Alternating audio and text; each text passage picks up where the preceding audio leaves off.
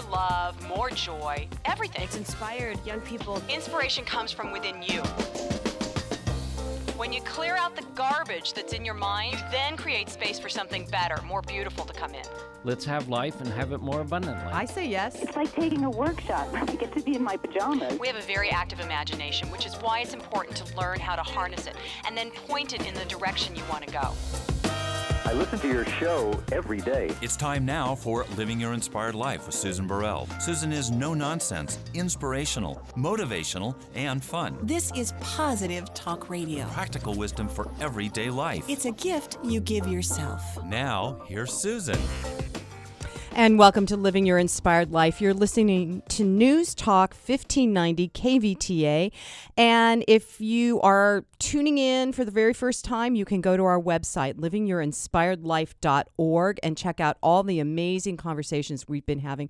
I am so grateful that I have this opportunity to talk with some real amazing individuals that are moving and shaking the world, not just in the local area, but the world. And so you go to livingyourinspiredlife.org and just tune in, tune up, and develop your power perspective. So today I have a young woman joining me who came to me via a man who was on the show a while ago, Nipun Mehta. And Nipun has developed this whole idea of giftivism. And I saw him recently in Ventura, and I said, Nipun, you got to come back on. We got to talk more. And he said, you know what? I want to give you this woman, Audrey Lin, who inspires me, and I think you need to have the conversation with her. And I was like, okay. So Audrey, thank you for joining me today. Thank you so much for having me, Susan. It's great to be here. Yeah, so I kind of wanted to frame today about talking about acts of kindness and service, because in what Nipun does and what you were doing, because you're working with several of his organizations, right? Yeah, I volunteer with some of the projects of ServiceSpace. Okay, so let me tell everybody what ServiceSpace is. There's a couple of them, and I've talked about this before on the show, but ServiceSpace, ServiceSpace.org, is a volunteer program, and everybody that works there are volunteers, right, Audrey? Yep, yeah, it's completely volunteer run. So tell everybody a little bit about ServiceSpace before we dive into the deeper conversation. Sure. I think it's been around for about 15 or 16 years, and started as a group of friends in Silicon Valley in California who just kind of wanted to do something nice for others, and it started in a homeless shelter, just volunteering with a homeless shelter, and then it kind of over the years has evolved into kind of incubator for projects or ways to experiment in generosity, and a lot of it is through online platforms. So, it's just a group of volunteers who leverage technology to ignite the spirit of service or ignite the spirit of generosity in our own lives. So it's kind of like a range of different projects, from an acts of kindness online portal to a daily good news service, to an in-person pay-it-forward restaurant. But these are all kind of just manifestations of the spirit of giving. And most of us volunteer because, we feel like we're tapping into a spirit of transformation, and we're moved by the process. So the spirit of generosity idea is, how did you find out about ServiceSpace? How did you become involved? You get to talk a little bit about yourself, Audrey. Great. I guess I think about 7 years ago now, I ended up at a meditation gathering, which we now call Awaken Circles. It was this home, this living room, and, we sat for an hour in silence, and then there was a passage from, a wisdom tradition, and someone read it, and then we spent the second hour in just a circle of sharing, listening to people's reflections and stories from the process. And then in the third hour, the hosts, they just served dinner for everybody, and we ate it in silence, and then afterwards, people connected and talked But it was just this really, really authentic space where people could just connect and share from their hearts, kind of in a child spirit type of way. And I just felt like, wow, I feel like there's something here. I feel like there's more I need to learn. These people know something I don't know. And, everyone was kind of by the dishes, like fighting to do the dishes. And, and then everyone was going around serving seconds and thirds of dinner for people. And they were just doing it with these huge smiles, and they really, really meant it. You could really tell. And there was just kind of like an inner radiance that I felt like I wanted to learn from. And then over the years, I met, through there, I kind of met different volunteers with ServiceSpace and started to get involved in some of the projects. And then the rest, I think, I just sort of learned to lose myself in that service, and it's really changed me in beautiful ways. So would you describe some of the changes you feel like you've undergone? I can try. I think it's one of those things that it's not so obvious. A lot of it is very nuanced. I know when I first began volunteering, I kind of had a social justice lens. So I was actually a student in college at the time, and I was studying a lot of, social issues in the world. And I thought, how can we, eradicate poverty, or how can we, change the education system, and asking these really big questions, and really, really genuinely asking and wanting to figure it out. And then I think as I started to volunteer, for instance, I remember my first time volunteering at Karma Kitchen, which is this all volunteer-run pay-it-forward restaurant. So you go into this restaurant, and there's no prices on the menu. And the concept is that your meal has been paid for by people that came before you. And so I remember volunteering at this restaurant. Everyone volunteers, as a server, as a dishwasher, as a plater. And there's like a kindness table with all these gifts on it for people. And I remember spending the whole day, it's like 8 hours on my feet, running around, getting food for people, trying to take people's orders. And at the end of the day, even though my body was physically tired, I felt so uplifted. And I thought, wow, there's really something to just having a space to really practice making people's days. And it feels like it's so simple. It sounds kind of superficial in a way, right? Like that you're just, you just want to put a smile on someone's face and do it over and over and over again. But when you put yourself in that mentality, in that mindset, and that's the frame with which you're looking into the world, everyone becomes your family, and everyone becomes, someone you already trust, someone you already know. So I remember that first time, volunteering and just feeling filled with something inside. And then for the whole week afterwards, I would walk around, everywhere I would go, I would look at strangers, and I just felt this sense of kinship with them. And it was just because I personally had practiced, looking at strangers from a lens of this is my family. How can I make your day? And I realized that when I started to see the world from that lens, it just became a much smaller, much more inviting place. And I mean, that even just last week I was noticing, actually a few days ago, not even last week, I was noticing, I was actually on the bus, and there was a line, and as I got on the bus, I got my seat, and then there was this young family, this couple with like a 2-year-old daughter and a stroller that came up to the bus door, and they asked the bus driver, do you happen to take debit cards? We don't have any cash. And the bus driver said, no, we don't take cards. And so this woman just kind of looked and said, oh, okay. And then she started to walk away. And I noticed in my heart felt this tug. I just thought, oh man, that's going to throw off their day, and they're going to have to figure something else out.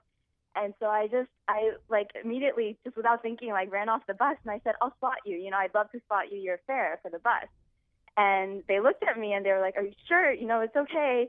And I said, no, I don't want you to have to take another form of, transportation, and I don't know how much it'll cost or what it will take. So we got on the bus, and I gave the woman $4 because my ticket was $2 and they were two people.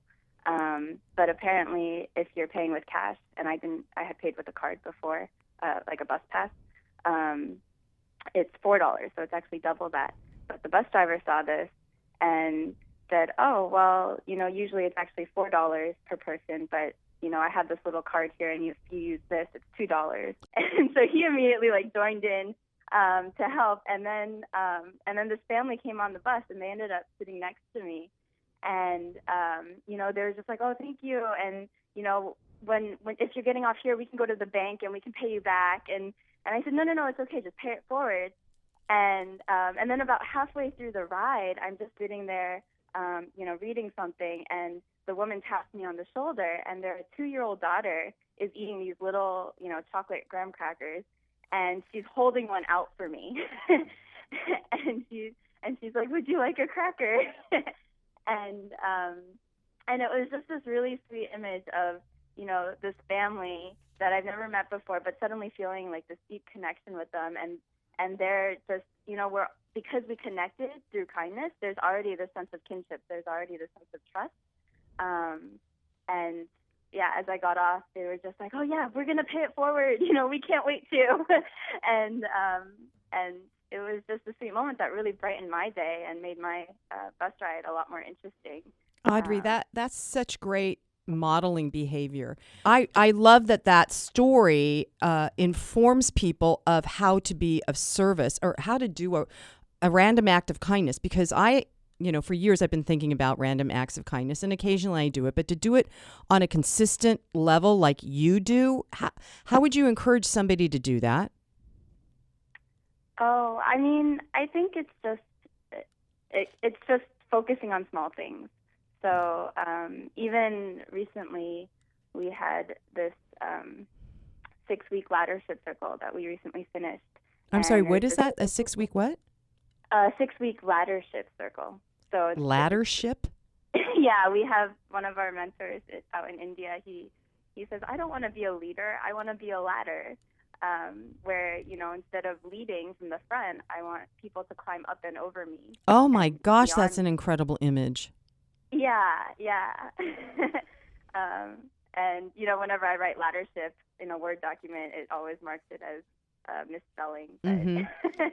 But it's one of those things that describes, I think, the form of leadership that we really value. And so we recently had these 6-week laddership circles where different folks really interested in creating projects in a way that leads with transformation and explores maybe a gift ecology and just, wanting to lead from the heart and align with the head and the hands at the same time. And we recently finished it, and one person announced that he had just proposed to his girlfriend and was getting married.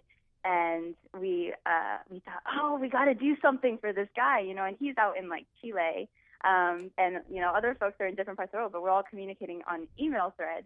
And so one person had the idea of, why don't we all just, put a rose on someone's doorstep on his behalf? Oh my gosh, I got chills. Yeah, right. And it's so small, right? It's just a rose on a random doorstep, and maybe with a note that says, "In honor of my friend getting married, I wanted to give you this rose."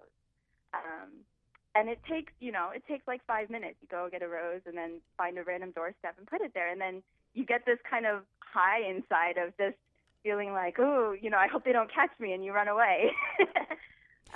I once did that late at night. I had a bundle of roses in my car, and I was driving home and happy to have roses I was going to put in my house. And I get to this intersection, and there's this woman standing by her car. She's been in a car accident. She's fine, but the car is like a mess, and she's waiting for the tow truck guy. And I just thought, oh man. So I just pulled over. I said, "It looks like you could use these more than me right now, so I want to give you these roses." And she burst into tears. Oh, wow. It was, but it was like, that poor thing standing there in the middle of an intersection with her car. Right, yeah. So it really is simple to do some giving without a lot of planning. Yeah, and spontaneous. It sounded like from you, it just felt really spontaneous, and And, you're like, oh, I have these roses. I think they're meant for you. Well, so that's the thing, isn't it? Is that the generosity is spontaneous, but in order for us to be connected to our generosity, we have to kind of be connected to our heart, right? Yeah. And I think it helps, sometimes it helps to just collectively do it with a group of friends that feel that way. And we slowly over time build that habit where, I noticed for me, I feel like my brain's been rewired to kind of respond with generosity rather than distrust. But I think one time a few years ago, it was a few of our friends' birthdays in a row. And we thought, wow, for celebrating our birthdays, why don't we go and do an act of kindness? And so we ended up, I think we were inspired by a story we had actually read several years before called Miles of Smiles. And so we ended up, gathering at someone's home, writing out these posters that said smile, with different quotes on smiling. And we just went to this random intersection and just held up these posters. and then people drove by, and it was amazing because you would see, the spectrum of humanity behind a windshield in front of you. So you'd be standing, at this traffic light, and cars would drive up. It was a Sunday morning, and, people would be talking on their phone. Kids would be in the back, giggling. People would be eating ice cream. People would be avoiding eye contact. You would see everything. But then, there's something about just connecting through a smile. And, some people would look at us and just instantly smile and laugh.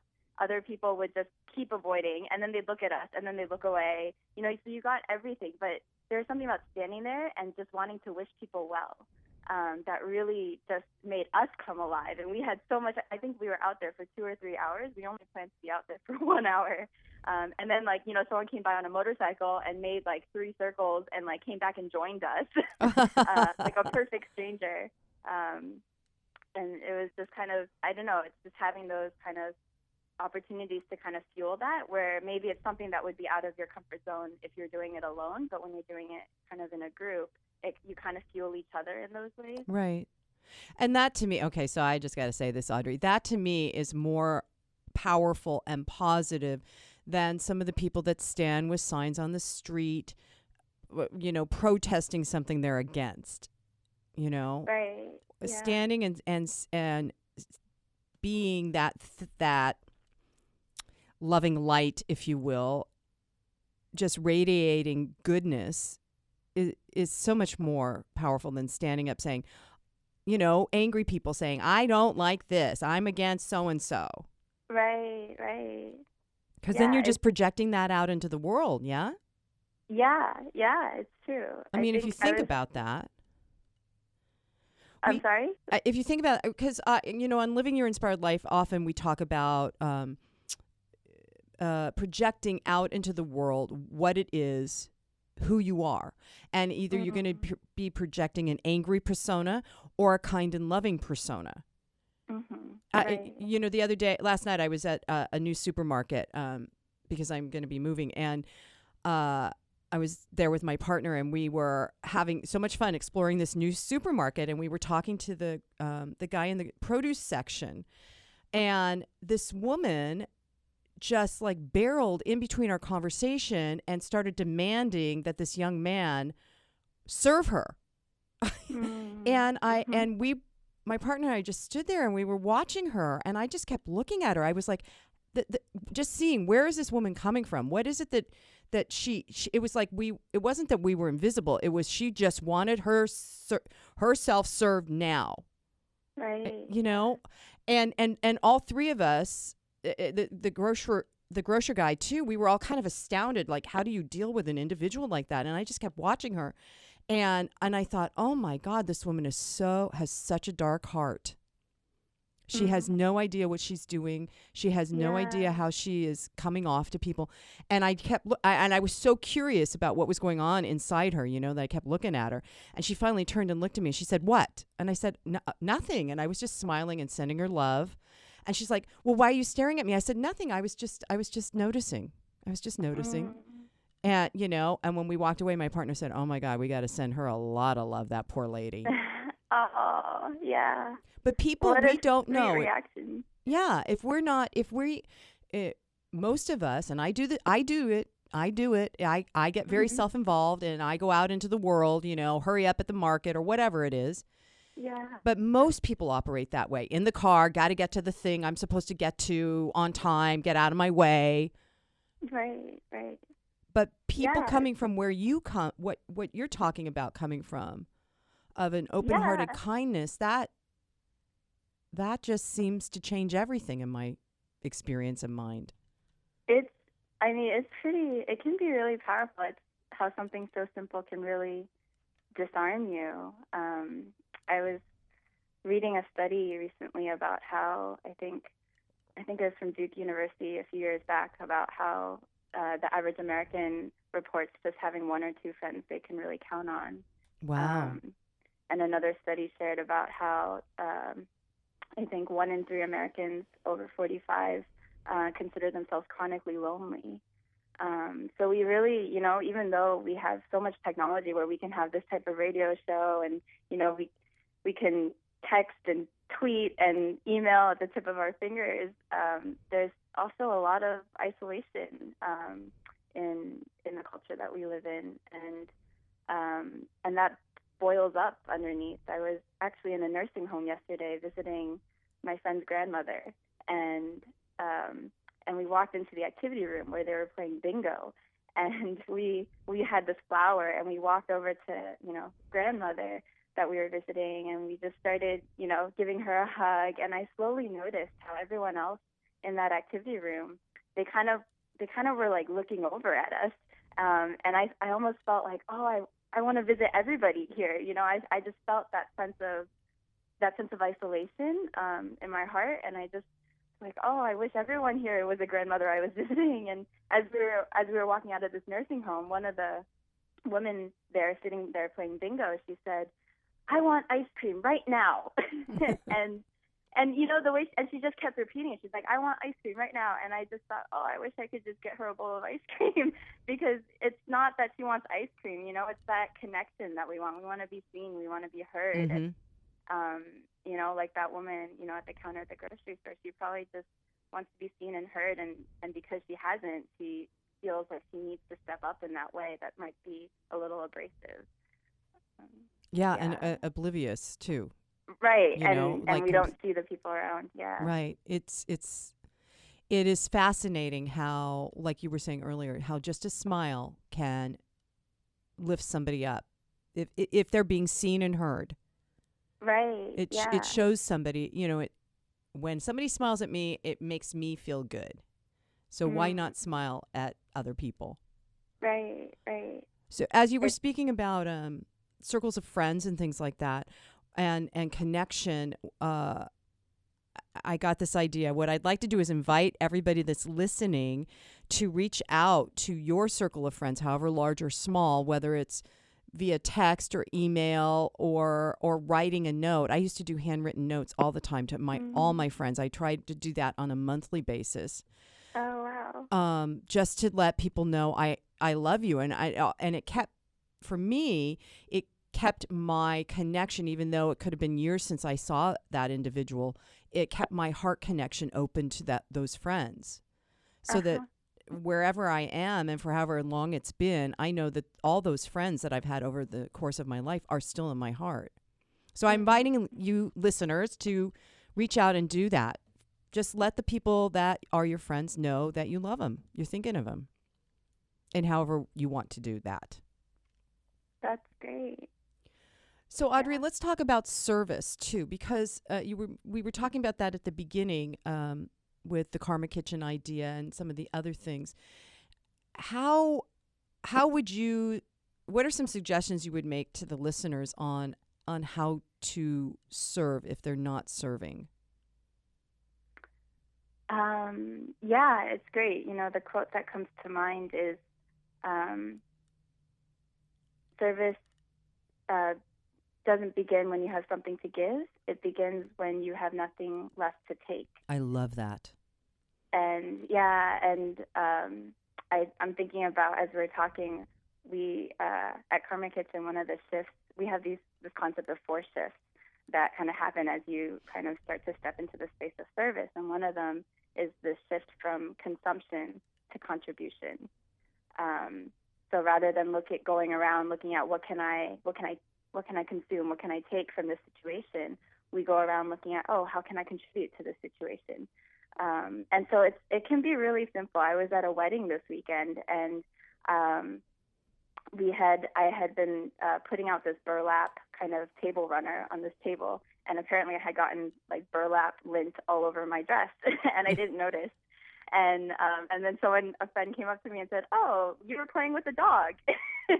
And I said, "Oh, I guess there is stuff all over my dress." And another person who overheard this just silently went inside, found a lint roller, and came out and offered it to me. And it was just this really, really tiny moment, but it was, without even thinking, it was just a small gesture of, holding me up in some way, of lifting me up. And I think when we seek to be of service, there's this great quote by Rachel Naomi Remen. Love her too. Yeah, she's great. And she talks about how when we see the world as broken, we want to fix it. When we see the world as weak, we want to help it. But when we see the world as whole, we want to serve it. And I think in service, a lot of times it can feel like, there's a problem we want to solve. And so let's solve it, and let's work towards solving it. But I think when we look at it as, there are problems, there are edges everywhere, there's suffering everywhere. But maybe I can find some small way to contribute. And not so much try to solve, but try to transform myself in the process. Because as we, as Gandhi says, as to be the change we see in the world, as we kind of slowly shift ourselves, it slowly kind of radiates to the people around us and the communities around us. It's interesting. I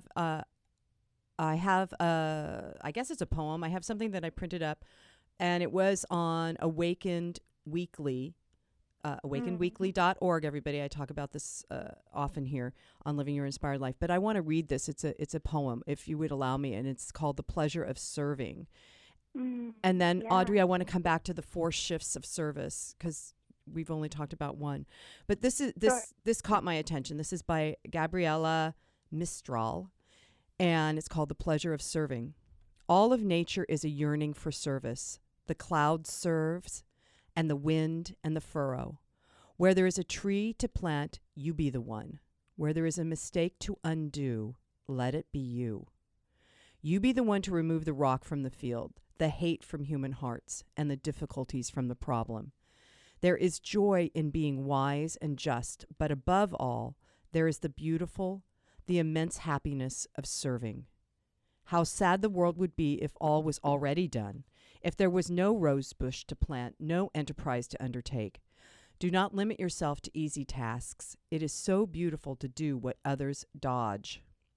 But don't fall prey to the error that only great tasks done can be counted as accomplishments. There are small acts of service that are good ones. Decoratively setting a table, putting some books in order, combing a little girl's hair. That one over there is the one that criticizes. This one is the one that destroys. You be the one that serves. Serving is not a labor just for inferior beings. God, who gives fruit and light, serves. His name could be rendered thus: He who serves. And he has his eyes on our hands, and he asks us at the close of day, did you render service today? To whom? To a tree? To your friend? To your mother? It just gave me chills when I read it on the Awakened Weekly. Yeah, that's a beautiful poem. It is, and it speaks to what you were saying earlier about the people that see things as broken that need to be fixed, and I'm going to serve that because that's broken, as opposed to seeing that things are whole and I can give. Right. So let's go back to the 4 shifts of giving. So one you said is moving from consumption to contribution. What are the others? Yeah, the others are, so the second one is shifting from transaction to trust. So when we typically we put prices on the menu at a restaurant, and we pay that, and it's kind of a transaction. But when we shift from trust, we trust that, like for instance at Karma Kitchen, that people will be moved to pay whatever they can or whatever they're inspired to, and that the collective will kind of carry forward will kind of carry it forward to sustain it if it's appropriate. But see, now to me that's a big one. Okay, that is a big one. Yeah. Because the T word trust, I'm raising my hand in the studio here. The T word trust is often hard for me. So and then if you think about it in terms of economy, the economical situation in any way, whether it's a small business or the global world economy, there isn't a lot of trust. There isn't a trust that the loan I give you is going to get paid back. Right. Well, it's kind of based on the assumption that we can't trust each other, that, that you're looking out for your self-interest or to make more for yourself, and so we have to look out for ourselves. But when we kind of start to see that, there are spaces that humanity is trusting, and at its core. And I know that after a few years of running Karma Kitchen, for instance, in Berkeley where I live, there was one evening where the restaurant owner, where we do Karma Kitchen once a month, his credit card machine broke. And so it was a regular restaurant night, with regular prices on the menu, and people were just dining out. And the credit card machine broke, and so the restaurant owner just, made an announcement. He said, just want to let you guys know, our credit card machine is broken, so if you don't have cash, just don't worry about it. Come pay us, tomorrow, or bring us the, come back next time and pay it. Don't worry about it. And someone got up and said, "Are you sure? I'll just go out to an ATM and bring cash and come back." And he offered him, this restaurant guest offered the restaurant owner his cell phone as collateral, saying, "Oh yeah, here, why don't you take my cell phone and I promise I'll be back." Oh gosh. And the restaurant owner just said, "No, don't worry, pay us next time or pay it forward. It's okay." And he just having seen, month after month at Karma Kitchen how, people just, their cups overflow and they give when you are the kind of the first to give. People respond with that as well. So in that way, it was a really beautiful example of shifting from transaction to trust. But see, that seems like that's in the environment that it's been already co-created in. I wonder, how do you bring that out into the rest of the world? Yeah. I think, it's over time in small ways. It slowly starts to build a field for that kind of context, to where people kind of step into that and share it. Yeah. And I think on the 4 shifts, that kind of ties into the next one, is a shift from isolation to community. Because when you serve, you naturally build community. Just like, the example when I was on the bus and I saw that young family, we instantly connected, as if we were longtime friends, even though we just met for the first time. And so I think when you connect through an act of kindness, people just naturally will trust you, right? Because they know that you're not trying to get anything from them. You're not trying to, you don't want anything from them. You're just a fellow human being. And over time, those types of relationships build a really beautiful, really resilient community. We have a friend named Pancho who lives in East Oakland, and it's in this neighborhood that they intentionally moved there because it's between 2 gangs, and they just thought, we're going to breathe love into this neighborhood. Oh my goodness. Yeah, and they leave their doors unlocked. Oh my goodness. And when they first moved in, I think this was 4 or 5 years ago now, they left their doors unlocked. They just started, gardening in their yard, and they made a meditation room in their attic. And Pancho has some crazy stories. He's a really hardcore kind of guy who really kind of just lives on his principles. And there was one time where he was on the subway coming home, and it was the last subway of the night. It was really late at night, and he was tired, so he was kind of falling in and out of sleep. And at one stop, a bunch of teenagers got on, and he noticed kind of out of the corner of his eye that they were kind of having some sort of argument, but he was kind of a little tired to really pay attention. And then all of a sudden, one of them punched him. Oh. and then they punched him again. And then he said, "Oh, well, that woke me up." And he kind of, gets his bearings and he looks around and he realizes he's in the middle of a gang initiation. Oh. And so it's, this, and these are like 16-year-olds, these are young kids, but they're, in that kind of culture. And so Pancho, being Pancho, he looks the guy who punched him in the eye and he says, "Brother, you don't have to be doing this. And I want you to know that I love you." And the way he says it, it's like from this really deep place that it's, it's not a light thing. He really, really means it to like the depth of his core.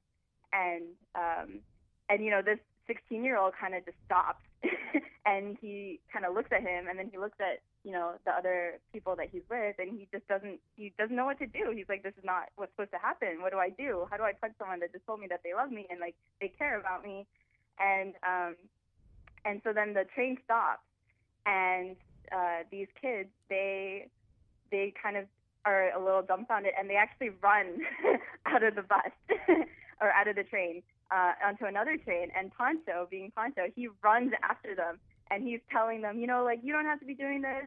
And he's kind of lecturing them like a big brother, like, "You need to know this and you need to know that." And he's telling them where he lives and he says, "We don't lock our doors. You should come.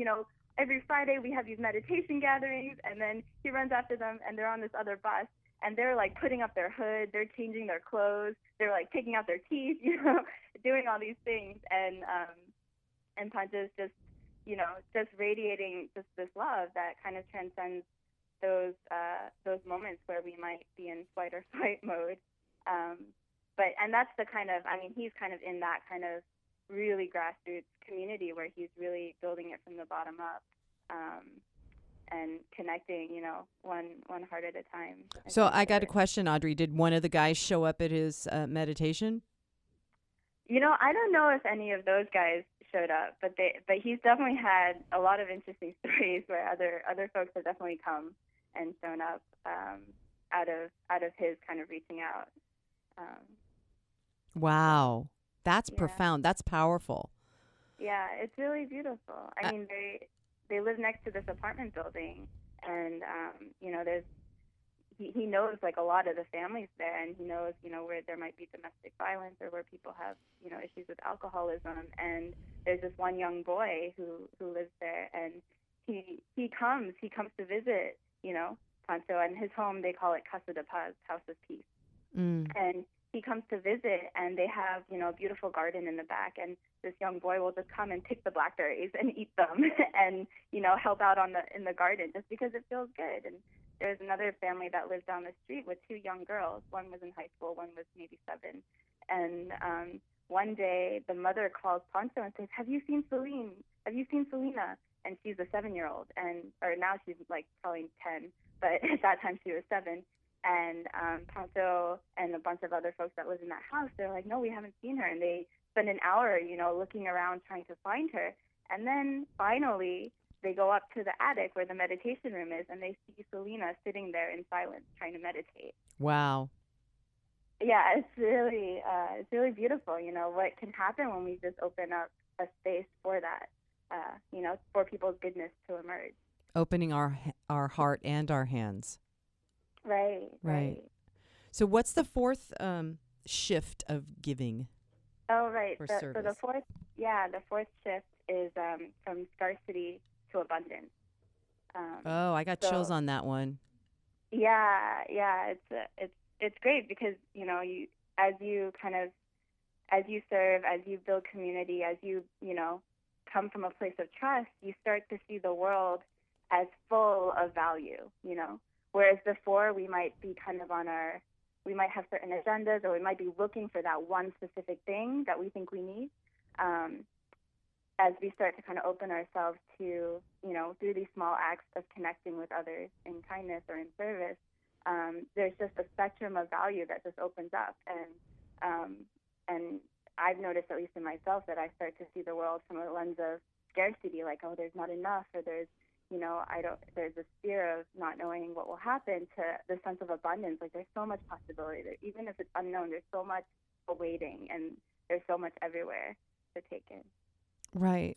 It's interesting because that goes back to trust, right? To relating to trusting that there is more than enough, and trusting that I will find the community that I can participate in that serves me and I can serve it.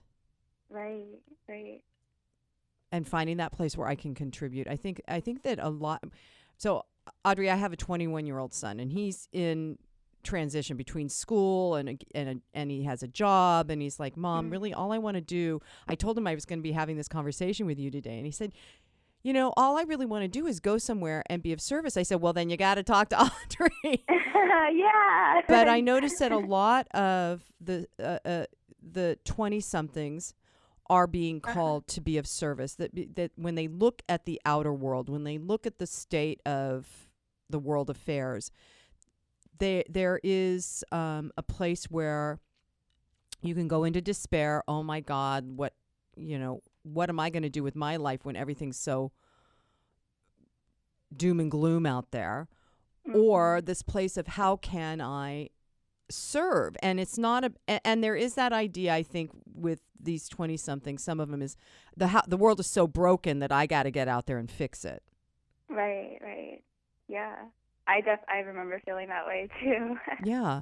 And and this conversation that we've been having about service is hopefully going to inform somebody who's listening on what to do. And you can start right where you are. You can start in your local community. You don't have to move to Oakland or halfway around the world to begin to serve. Right. I mean, it's even like that poem that you read about how even just decoratively setting the table, can be an act. And I think for me, when I was 21, I definitely felt this like, oh, I got to do something to change. I want to be of service, and like, how can I do that? And I kind of over the years, I realized, I ended up going, to volunteer at this monastery, and I ended up going to, like, I kind of went to places to try to find service. And I think throughout that process, I started to realize, wow, it doesn't matter where I am, but it's more about the spirit, the context that I'm in, that I create around me. And service can happen, in a boardroom. It can happen, on the streets. It can happen in a living room, in a dining room table. It doesn't have to be big, but when we see whatever work we're doing, whatever world we're living in, and when we see small opportunities to be of service there, it can completely shift the context into one of that space. I know we have a friend who, I think a few years back, he works in finance, and at that point he was in New York, and his boss calls him in one day, and he said, "Congratulations, we're promoting you. Like, how much would you like?" and instead of he didn't want a monetary promotion. So he said, "What I'd really like is a minute of silence before each meeting." That would be great. That would be an awesome promotion. And the boss kind of laughs and says, "Okay, how much do you really want?" and he says, "I really just want a minute of silence before each meeting." And and then the boss is just like, "Okay, I'm gonna, I'll have to think about this." And because those are kind of, the intangibles.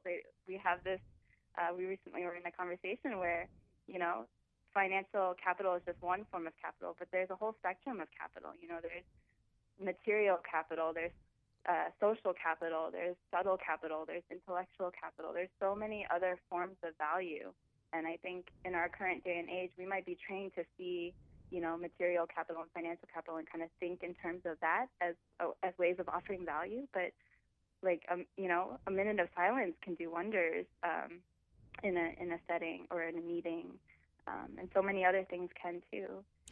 I had on the show, I had Dr. Amit Goswami. He has a book out called Quantum Economics, and he talked about that very thing. We talked about that very thing of that compensation doesn't have to be with, here's a dollar bill. Right. It can be from I'm going to he was talking about the subtle energy of love and how that can be another modality of compensation. And I know there's lots of people out there going, "Huh? What?" But like what we've been talking about during our time together, Audrey, that is probably the best modality of giving and receiving instead of the dollar, I guess. Although we live in a physical, material world, I don't know. We're living in interesting times, aren't we? This change is happening, and we can't even touch it. I mean, we can't physically feel it, but we emotionally and mentally and in our heart space feel the change. Right. So, yeah. so let me ask you this thing about, because competition has been, as you've been speaking about the 4 shifts, this competition, the word competition has been buzzing in the background of my head. So how does acts of kindness and service and giving, as opposed to trying to get, how does that, because it seems to me that's going to be short-circuiting competition. Yeah, I guess it kind of short circuits competition. Because we're no longer, if we're moving from the paradigm of me against you, us against them, I'm going to be the top leader, everybody follow me, going back to your laddership as opposed to leadership, then the shift goes from competing against each other for the thing we both think we want and moving towards the community idea of aligning and working together to both get the thing we want. Yeah. Which also speaks to scarcity. There is no scarcity. Yeah, it kind of turns into, we start to see how everyone can shine in their own way, and how, when we're not kind of pinning ourselves against each other, but when we're working together and collaborating and, tapping into different forms of creativity, that a lot can come out of that. Well, so Audrey, let's speak a moment about that, because I think, again, going back, I think the old paradigm, the old worldview was very black and white, and therefore people had to be labeled. There had to be, so I could categorize you, kind of thing, And when Nipun Mehta when I saw him when he was in Ventura, he used this phrase, differently abled. And that just caught my attention, and I began to kind of apply that in my thinking to that we are all differently abled. He was using it in reference to a spectrum of autism, and instead of saying whatever the current, I say I've already changed it to differently abled as opposed to whatever it was, challenged. Right. So if we can get to where we see each other as differently abled, that we all have gifts and talents that are uniquely ours to bring to whatever project or task or whatever, that to me just opens up. It took blinders off of me, when I heard that phrase. Right. It reminds me of a quote by Einstein, and I can't remember the exact phrasing of it, but it's, something along the lines of, if you judge a fish by its ability to climb a tree, you can't really, that doesn't really work. Right. But, a fish can swim in water, monkeys can climb trees, and it's learning how to see, the diversity of our talents and hold space for that. And I think that's, in a way, that's the beauty of service too, because there's room for everybody. It's, everyone has something. I think Martin Luther King Jr. says everyone can be great because everyone can serve. And I know one of kind of the things that we like to organize around is, instead of aiming for a vision of something that's great, it's, you kind of search and amplify something that already exists. So, you see someone who's making these beautiful ceramics, and you just go there and support that, and want to kind of see that person grow. Or you see somebody that's creating a yoga studio and designing it, and maybe really has a great heart and wanting to serve others with it. You just kind of get behind that person and want to see them grow. And so in a way, it creates this field of a diversity of different things blooming. Mm-hmm. That's brilliant. Yeah. And it's not necessarily easier too. It can be, in some ways, it can be easier to, go to your work and just, have this boss, and if things don't go your way, fire them. And it's almost like, in a way, that can be easy. And it takes a lot of, I think, patience, and also that inner work to really kind of engage and find the ability to see, from that lens. And I know I definitely am learning how to see from that lens. And but it's really beautiful as I get to do that, as we all get to do that. Yeah, it's interesting because personally for me, I have been shifting my focus from getting and producing and to being, just to be in my life. And what I'm noticing is this internal shift that's occurring within me is also then like you just said, it's reframing how I look at things. And so my viewpoint is now becoming, how can I serve? And it's just interesting because I tend to do this pendulum swing. I'm telling stories on myself, Audrey. But it goes. It looks like, currently it looks like, wow, I want to serve, but how am I going to receive? I'm like, wow, look at that, Susan. What are you talking about here?